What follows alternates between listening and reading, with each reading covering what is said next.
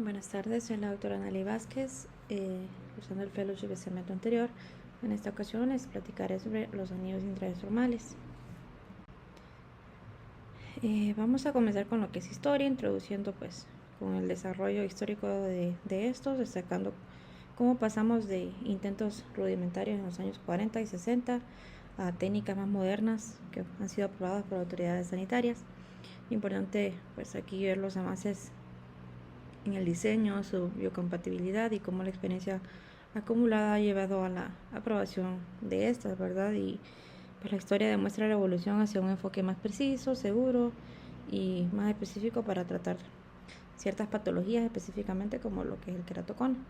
En 1949, pues Barraquer estudió el uso de implantes sintéticos para la corrección de metropías, basándose en la ley de espesores. Pues al incrementar el tejido en la periferia corneal se aplana lo que es la córnea, mientras que aumenta la curvatura corneal si se adiciona al centro. Sin embargo, los primeros resultados fueron un poco desalentadores, esto por la poca biocompatibilidad del material, la permeabilidad y la calidad óptica. Pues para evitar la pérdida de transparencia se intentó modificar la curvatura corneal actuando únicamente en la periferia de la córnea. Entonces en 1967 Blavatskaya realizó pues experimentos en conejos desarrollando normogramas para lo que es la elección adecuada del anillo, ya que la corrección obtenida pues es directamente proporcional al espesor e inversamente proporcional al diámetro. Luego en 1978 Alvin Reynolds desarrolló el concepto de intrastromal corneal ring o ICR como sus siglas en inglés, colocándolo en la periferia corneal.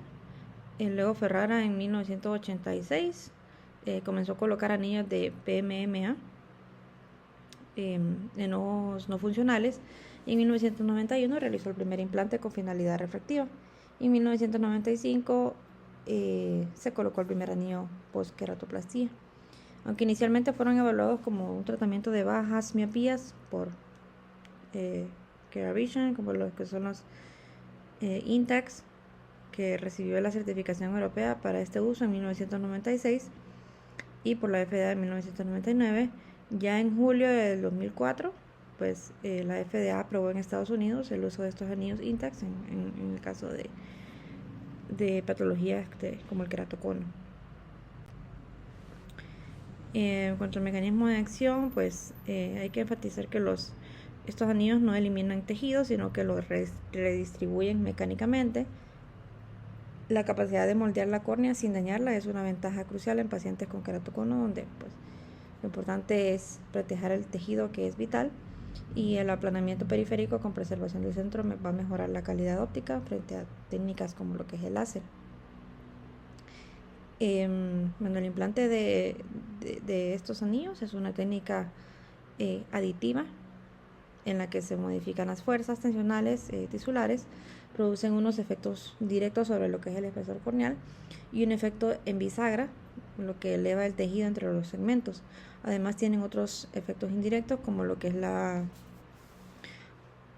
que producen un acortamiento en el eje anteroposterior, un desplazamiento del ápex corneal hacia lo que es el centro de la pupila, un aplanamiento tanto en el centro como en la periferia de la córnea, lo cual mantiene la forma prolata de la córnea,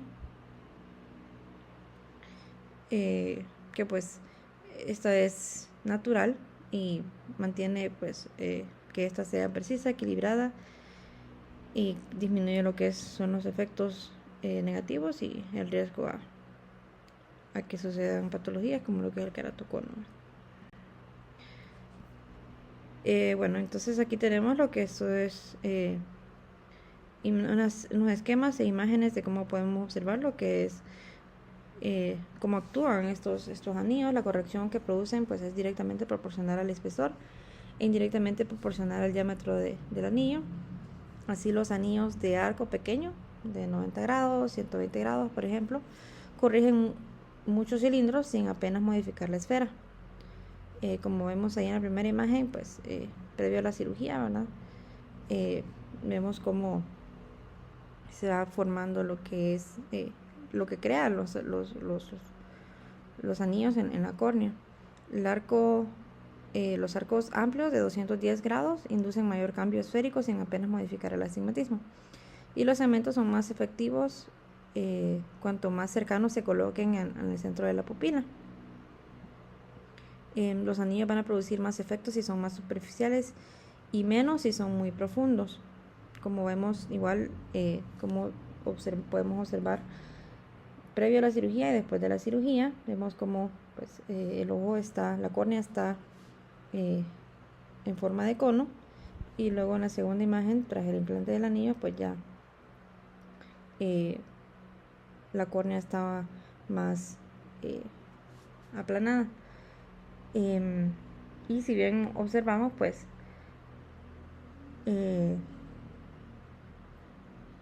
podemos observar que estos son superficiales y bueno, menos profundos, ¿verdad? Y esto es lo que hace que pues su efecto sea mayor, pero pues también dejarlos muy superficiales tiene un alto riesgo de extrusión. Entonces es de encontrar un equilibrio, ¿verdad? A un mismo grosor pues va a tener más efecto el anillo que tenga la base más ancha. Hay que resaltar que a diferencia de otras cirugías, esta técnica es reversible y adaptable.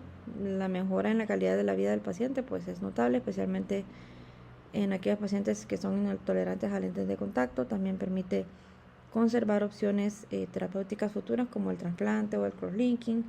Hay estudios que indican que podrían detener la progresión del queratocono, aunque aún estas están en investigación. Entonces, por eso tenemos estas ventajas que pues reversibles, se pueden extraer y permiten que la córnea recupere su forma anterior. Son ajustables, esto significa que pueden ser desplazados o recambiados para ajustar el resultado refractivo. También mantienen una forma esférica prolata central, es decir, que aplanan la periferia más que la zona central, a diferencia de las técnicas de láser excimer que provocan una forma central oblata al aplanar lo que es el centro más que la periferia. También tiene una recuperación visual rápida. Tienen ausencia de rechazo corneal y no comprometen un futuro trasplante, ¿verdad? En este caso.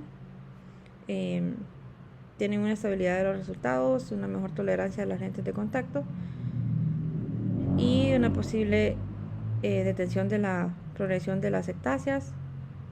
Y pues esto todavía pues, actualmente está en estudio, ¿verdad? Es una técnica conservadora con bajo impacto estructural. En cuanto a las complicaciones asociadas, bueno, aunque el proceso se menciona que es seguro, pues no está exento, ¿verdad?, de complicaciones, y estas pues deben discutirse con el paciente. Muchas se pueden prevenir con una buena técnica quirúrgica y pues dependiendo de la elección del caso. Entonces es clave un seguimiento regular, especialmente en ectasias avanzadas. En cuanto, por ejemplo, tenemos lo que es una queratitis microbiana. Ya vamos a ver una imagen de esto, como lo podemos observar. Otra de las complicaciones es la migración de los implantes. Esta pues parece ser más frecuente en casos implantados mediante láser femtosegundo. También la extrusión e intrusión tras la implantación superficial o demasiado profunda de los anillos. Opacidades perianulares, cuando hay depósitos blanquecinos en la cara interna del anillo. Esta incidencia pues aumenta con el grosor y la duración de la implantación, pero no alteran la corrección óptica ni inducen una necrosis corneal. También puede crear halos, fundamentalmente en los primeros meses del implante. También puede haber una hipo o hipercorrección. En general, el componente esférico tiende a hipercorregirse y el astigmatismo el componente esférico se hipocorrige y el astigmatismo tiende a hipercorregirse, invirtiendo lo que es el eje del mismo. Y la neovascularización, pues sobre todo en los diámetros grandes, en los que la incisión queda cercana al limbo. Hay mayor incidencia con anillos más gruesos o con mayor tiempo implantado y la necesidad de seguimiento postoperatorio riguroso. Entonces vemos aquí en la primera imagen lo que es una queratitis infecciosa posterior a la implantación de del anillo, por eso la importancia pues de dejar antibióticos y pues todo las gotas pertinentes, ¿verdad? De antivirales para este caso de cirugía, ya que pues es muy común que se presenten este tipo de infecciones post implantación de estos anillos. Y luego en la segunda imagen vemos cómo se va formando en el ojito lo que es la neovascularización, pues igualmente posterior a la implantación de estos lentes, ¿verdad? En la córnea. En cuanto a los modelos de anillos intraestromales, vamos a empezar hablando sobre lo que son los Intacs, que es uno de los modelos más antiguos y ampliamente utilizados inicialmente para lo que es la miopía baja. Tenemos el Intacs Ophthaltec y pues tenemos el otro Intacs que es para astigmatismos más severos. Comenzando con este, pues este tiene segmentos semicirculares de PMMA. Tiene una sección hexagonal de base cóncava, una longitud de arco de 150 grados, un radio interno de 6,77 milímetros y un radio externo de 8,10 milímetros, y sus espesores van de 0,25 a 0,45 micras, con intervalos de 0,05. Entonces vemos aquí en las imágenes lo que es la sección del anillo Intacs en la córnea. Vemos en la primera lo que es en la lámpara de hendidura, como lo observamos. Podemos ver la apertura ahí, y también luego en la segunda imagen como lo podemos observar cuando ya está implantado en el OCT, ¿verdad? Cómo lo podemos observar en lo que es el espesor de la córnea. Luego tenemos la versión de Intacs SK para queratocono severo. Este se optimizó para queratocono severo con diseño que reduce pues efectos visuales como los halos. Importante entender que la elección del modelo depende del tipo de ectasia, la curvatura corneal y el grosor. Actualmente se llama pues Intacs SK. Tiene una sección elíptica con finalidad de reducir los halos, un radio interno de 6 milímetros, un espesor de 400 micras para queratometrías de 57 a 62 dioptrías y un cilindro menor de 5 dioptrías. Y en cuanto a espesores, de 450 micras para queratometrías de mayor de 62 dioptrías y un cilindro de menos 5 dioptrías. Entonces aquí vemos en la imagen lo que es de igual manera cómo se comportan estos lentes, que prácticamente son iguales, pero pues cambia pues su manera de actuar en lo que es la córnea, ¿verdad? Cuando pues el queratocono es más severo.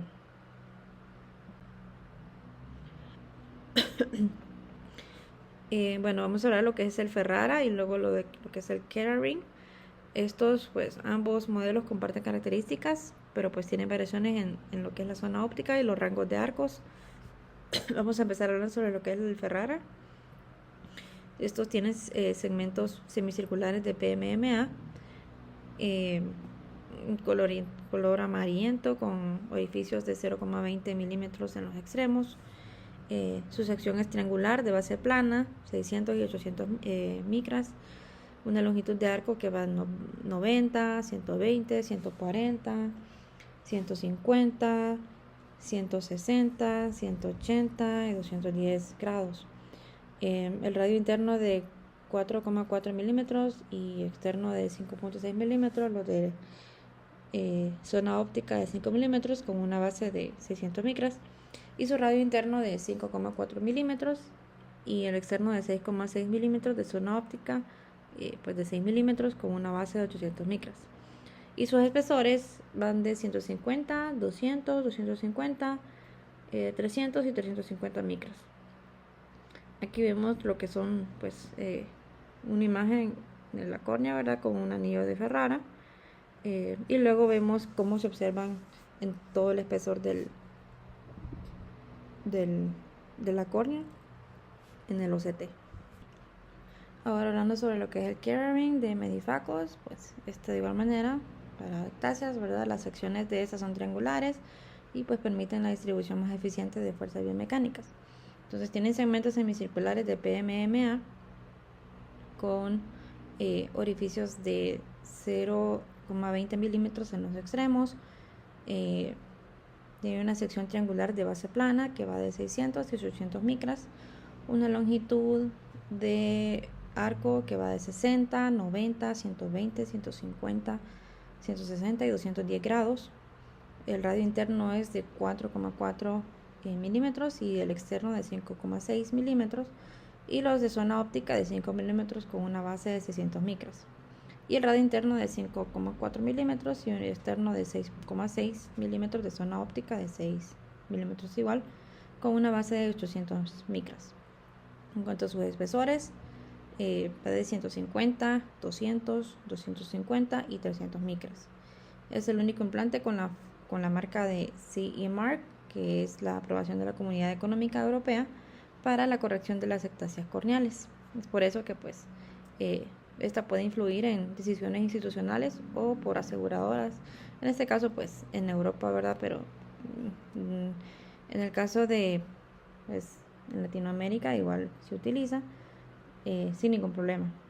Como vemos en la imagen, pues este es cómo se ven estos anillos en la córnea, ¿verdad? También tenemos lo que es el Corneal Ring de VisionTech. Esta pues tiene un diseño que se adapta mejor a las lamelas, evitando una desepitalización. Estos tienen segmentos semicirculares de PMMA con orificios de 0,20 milímetros en los extremos. Tiene una sección fusiforme con vértice redondeado de 600 micras de base. La superficie curva distribuye lo que son las fuerzas con menor riesgo de desepitalización subyacente, lo que pues evita áreas de sufrimiento metabólico, con un perfil curvilíneo que se adapta mejor a lo que son las lamelas corneales. También tenemos su longitud de arco de 120 y 155 grados. Los segmentos especiales pues tienen 90 grados en casos de astigmatismo elevados y 220 grados en casos de astigmatismo pequeños. El radio interno es de 4,7 milímetros, que pues presentan menos glare, y el radio externo de 5,9 milímetros. En cuanto a sus espesores, van de 150, 200, 250, 300 y 350 micras. Entonces aquí tenemos en la primera imagen lo que es la distribución de las cargas según la sección del anillo, y en la imagen de abajo pues vemos ya en la córnea cómo se observan estos anillos, ¿verdad? En lo que es la córnea. Tenemos aquí una tabla de resumen de los diferentes modelos de anillos ya mencionados, que son los más comúnmente utilizados, ¿verdad? Tenemos tanto su marca como la compañía, creo que pues ya mencioné anteriormente, donde es fabricado a cada uno, como es su sección transversal. Más que todo, pues la mayoría son para queratocono, ¿verdad? Más que el Intax, del cual hablé primero, de Ophthaltech, pues más que todo, pues el objetivo es la miopía, pero pues más que todo nos basamos para queratocono al momento de utilizar estos anillos, ¿verdad? Su diámetro exterior, su diámetro interior, cómo es su arco, ¿verdad? Sus diferentes grados, sus diferentes grosores y su inclinación. Y pues tenemos estos otros modelos que son menos conocidos. Ofrecen ventajas en casos particulares como irregularidades severas o una configuración personalizada, como lo que es el Byzantis, ¿verdad? Que rompe el paradigma con 4 segmentos. Es útil más que todo en irregularidades extremas. Entonces comenzamos con el Keratac de Imperial Medical. Tienen segmentos semicirculares, una sección transversal triangular, una longitud de arco de 160 grados y sus espesores van de 170 a 500 micras con incrementos varía de 50 micras entre cada espacio, ¿verdad? El Byzantis pues tiene 4 segmentos como mencioné anteriormente, tiene una sección transversal oval, su longitud de arco de 80 grados y un radio interno de 3,5, de 4 y 4,5 milímetros. Bueno, en cuanto a sus indicaciones y hablando sobre lo que es el paciente ideal para el tipo de anillo, pues este es fundamental para el éxito, ¿verdad?, de la cirugía. No es una técnica como para eliminar gafas, sino para mejorar la calidad visual y la estabilidad de esta. Las indicaciones pues deben considerarse junto con topografías, paquimetrías y aberrometría, ¿verdad?, dentro de los estudios que se deben realizar. Entonces, en astigmatismos regulares o irregulares, pues aquí es donde se utilizan estos anillos, ¿verdad? Son indicaciones pues en las que hay baja agudeza visual que no mejora con corrección óptica ni lentes de contacto. También lo utilizamos en keratoconos evolutivos e incluso en keratoconos avanzados. También en ectasias o astigmatismos irregulares, post-LASIK, PRK o keratotomía radial. También en la degeneración marginal pelúcida. Otra indicación es el astigmatismo post-queratoplastía, también una irregularidad postraumática, también las miopías bajas o moderadas. También pacientes con keratocono e intolerancia a lentes de contacto, keratocono en progresión, la ectasia iatrogénica, luego de haberse realizado un LASIK o PRK, el astigmatismo irregular post-queratectomía refractiva o una QPP, y pues de igual manera la degeneración marginal pelúcida. Esto pues más que todo son indicaciones aceptadas en Europa. El objetivo principal pues es mejorar la agudeza visual corregida.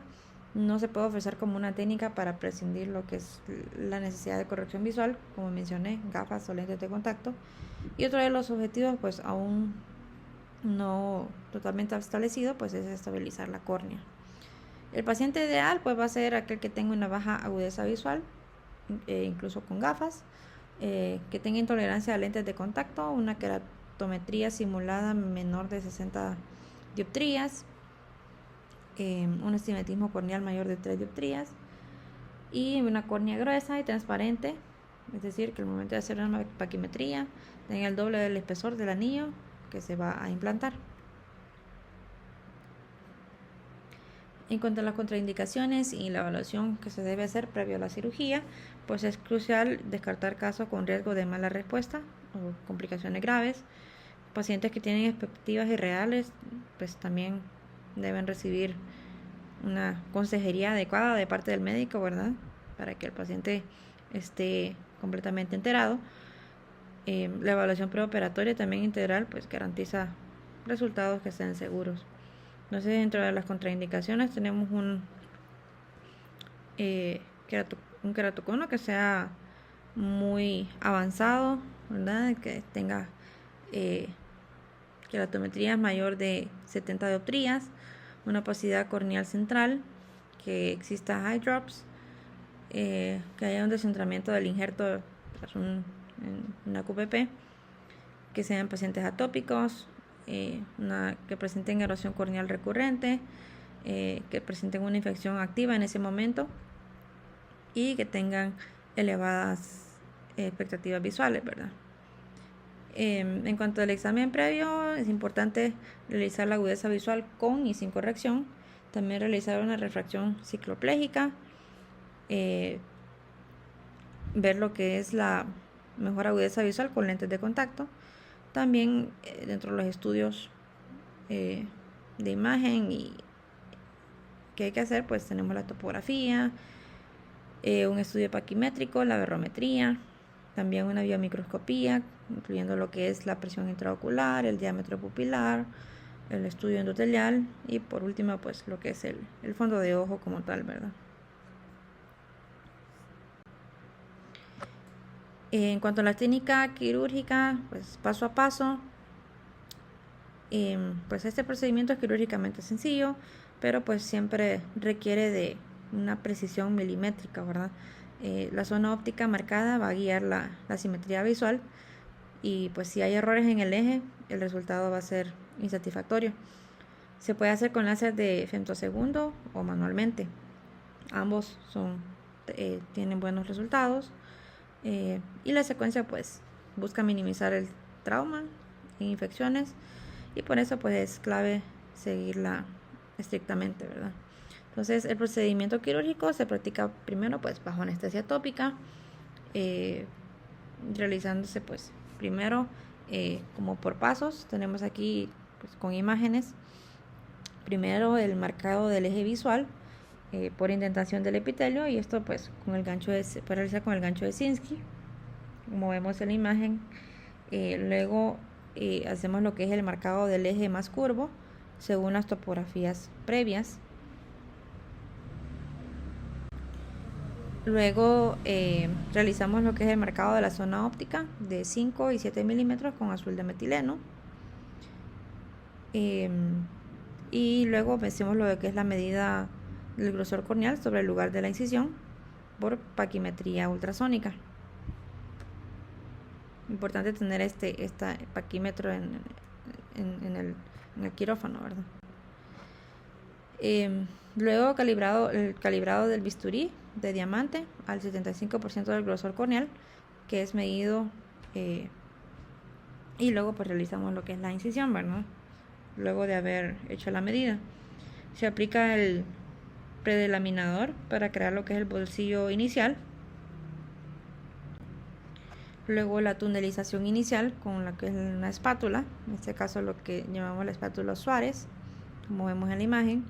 Y luego se crean los túneles con ayuda de la espátula que va guiando, y pues los tunelizadores de titanio. Luego se implantan los segmentos con la pinza de McPherson, que es modificada. Como vemos, ahí va introduciendo pues el anillo en lo que es la tunelización que se hizo anteriormente, en todo lo que es la circunferencia de la córnea. Y luego pues la irrigación de los canales con antibióticos como la vancomicina o cefuroxima.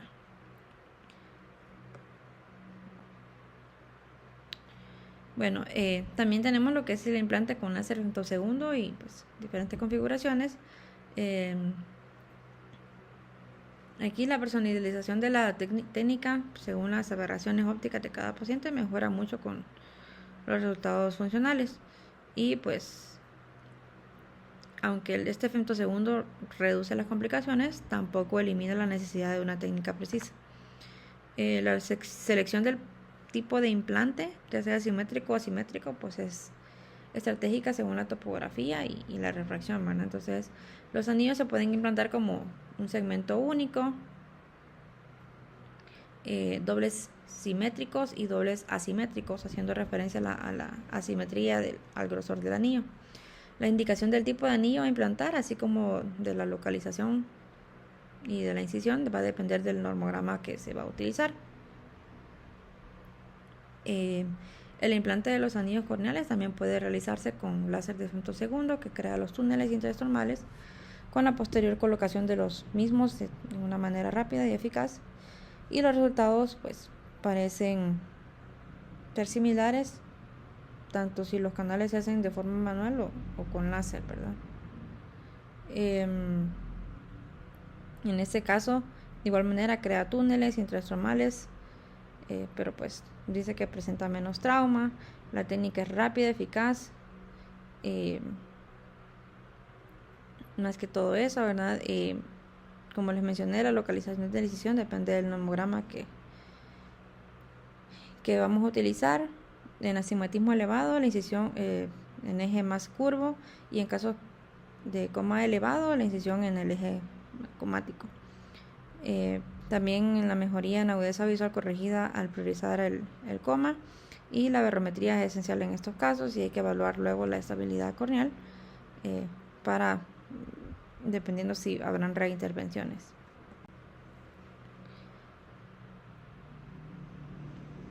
Entonces, bueno, en cuanto a normogramas y la planificación quirúrgica, no es una cirugía de manual único, cada caso es único, y el normograma también pues es una de las mejores herramientas en este caso cuando realizamos ese tipo de cirugía. Hay que reforzar la importancia de utilizar estos normogramas actualizados y planificar con calma los resultados visuales y quirúrgicos, ¿verdad? En cuanto a las herramientas claves para elegir, pues hay que ver lo que es el tipo de anillo, el espesor y el arco. Entre los parámetros necesarios, necesitamos saber lo que es la keratometría, la refracción y el espesor corneal en la totalidad, ¿verdad? Se traza el eje más curvo dividiendo la córnea en dos mitades iguales. Lo que es el nomograma de corneal ring es accesible, está accesible en línea. También necesitamos la planificación individualizada, es decir, que dependiendo de esto, pues vamos a tener mejores resultados. En casos más complejos se va a requerir pues una validación por comité quirúrgica.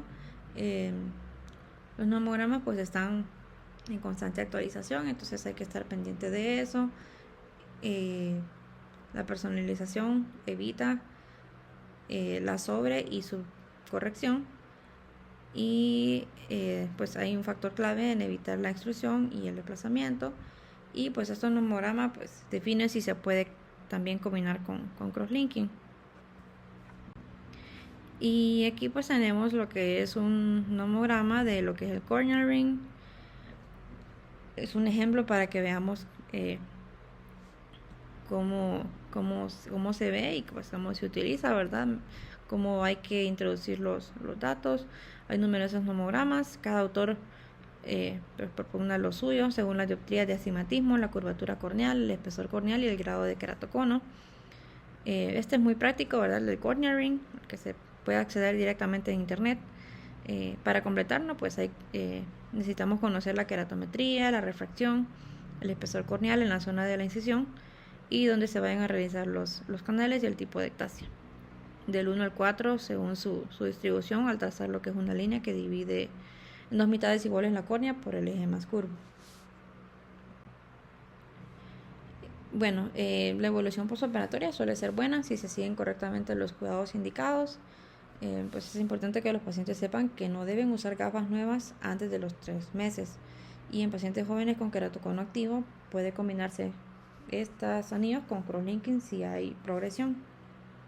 Entonces, en cuanto a los cuidados postoperatorios, ¿verdad? Se utiliza primero el tratamiento tópico con antibiótico y corticosteroides, lo que es la tobramicina y dexametasona, con una pauta descendente de 3 a 4 semanas, así como una lente terapéutica durante la primera semana. También se utiliza lo que es antivírico, ¿verdad? Para evitar una infección viral, como lo que es el herpes. La recuperación visual es rápida con una estabilización a los 3 meses de intervención. También las ectasias centrales tienen un periodo de recuperación mayor, ya que pues el aplanamiento central es más lento, así como la recuperación es más rápida en lo que son las ectasias más periféricas. Habitualmente esperamos hasta el segundo o tercer mes para prescribir la graduación definitiva. Y la incidencia de complicaciones es baja, alrededor de un 3 a 5%, siendo mayor en el caso de pues, ectasias avanzadas, en las que la córnea pues, es más fina y hay más riesgo de extrusión de los anillos. La disminución de la sensibilidad corneal tras la cirugía va a permitir que en la mayoría de las ocasiones haya una mayor comodidad en la adaptación de lentes de contacto. El defecto refractivo residual se va a poder corregir con lentes de contacto tanto blandas tipo Keratosoft o semirrígidas como el piggyback, y tras varios meses con el piggyback se puede intentar solo con lente semiescleral o un lente corneal de asfericidad progresiva, o ya pues por último con gafas, ¿verdad? Hay casos en los que no vamos a obtener estabilidad tras el implante de los anillos, y esto puede deberse a la progresión de la enfermedad ectásica, lo cual es más frecuente en pacientes más jóvenes. Y en esa circunstancia pues podemos añadir al tratamiento con anillos una técnica de crosslinking, ¿verdad? Como mencioné anteriormente, todo esto es lo que nos dice lo que es el nomograma también. Y por último, pues en cuanto a conclusiones, esta técnica es una herramienta poderosa en lo que es la práctica del oftalmólogo, ¿verdad? En la oftalmología, y pues en el caso de patologías como lo que es el keratocono, hay que conocer sus indicaciones, las limitaciones y personalizar su uso, ¿verdad? Dependiendo del paciente. El objetivo principal es mejorar la visión funcional más no es eliminar la necesidad de gafas o lentes, ¿verdad? Como mencioné al inicio. Pues esta es una técnica efectiva y mínimamente invasiva. Preserva tejido corneal, mejora lo que es la agudeza visual en casos de queratocono y ectasias. No sustituye las gafas, pero sí mejora su eficacia. Hay una alta compatibilidad con otras técnicas como lo que es el crosslinking, lentes especiales. Importante que pues realicemos una buena selección del paciente, también una buena evaluación preoperatoria que sea completa. Esa cirugía pues es reversible, ajustable y compatible con un trasplante más adelante, ¿verdad? En un futuro. Tiene una baja tasa de complicaciones si se realiza bien y pues siempre hay que considerar las expectativas del paciente en todo caso, ¿verdad?